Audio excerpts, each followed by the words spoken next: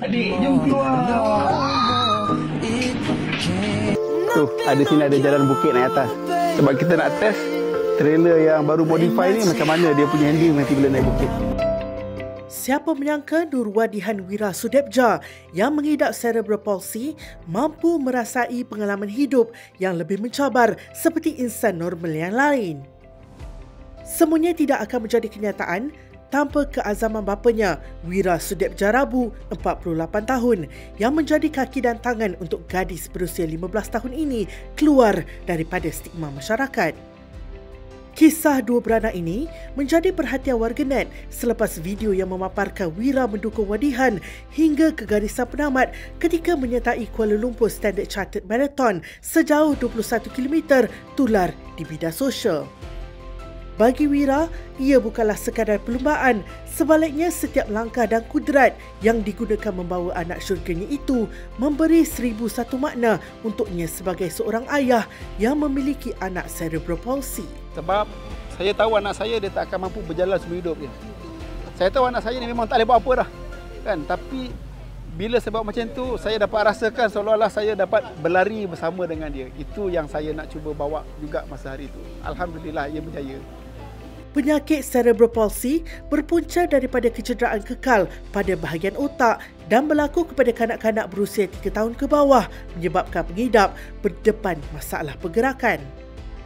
Wira mengakui pada mulanya timbul perasaan bimbang sama ada Wadihan mampu bertahan dengan cabaran sepanjang larian.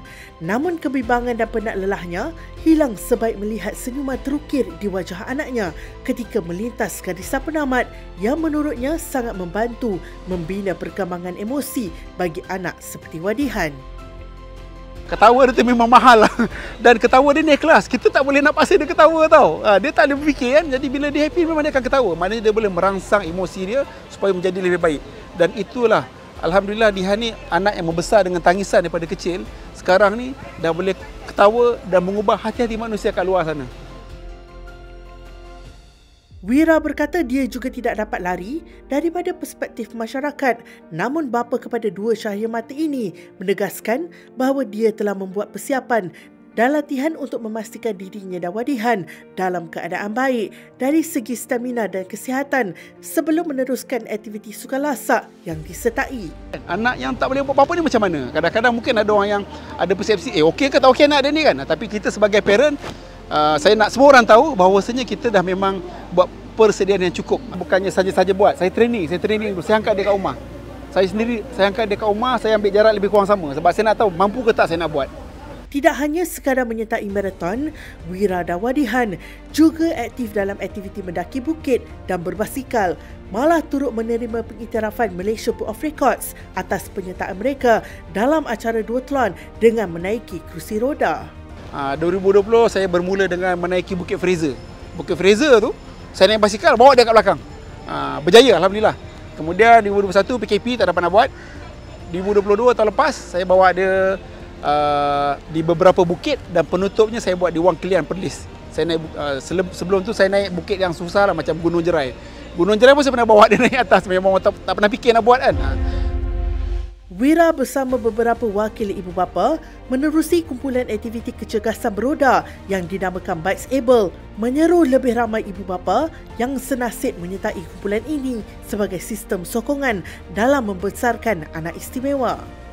Sebenarnya Bikes Able ni is terapi Bikes Able terapi emosi untuk anak dan juga ibu bapa. You akan nampak kami punya ni lain, selain terapi tu sebenarnya dia lebih kepada ikatan silaturahim.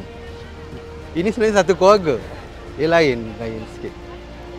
Ada aura daripada kawan-kawan dia yang sekasut dengan dia lah. Jadi dia jadi satu benda yang amat-amat akrab antara dia orang. Dan juga benda ni membantu kepada family-nya sendiri. Family tu dia kata Abang Zul dah macam satu family. Jadi dia ada satu ikatan yang sangat kukuh lah pada saya kan.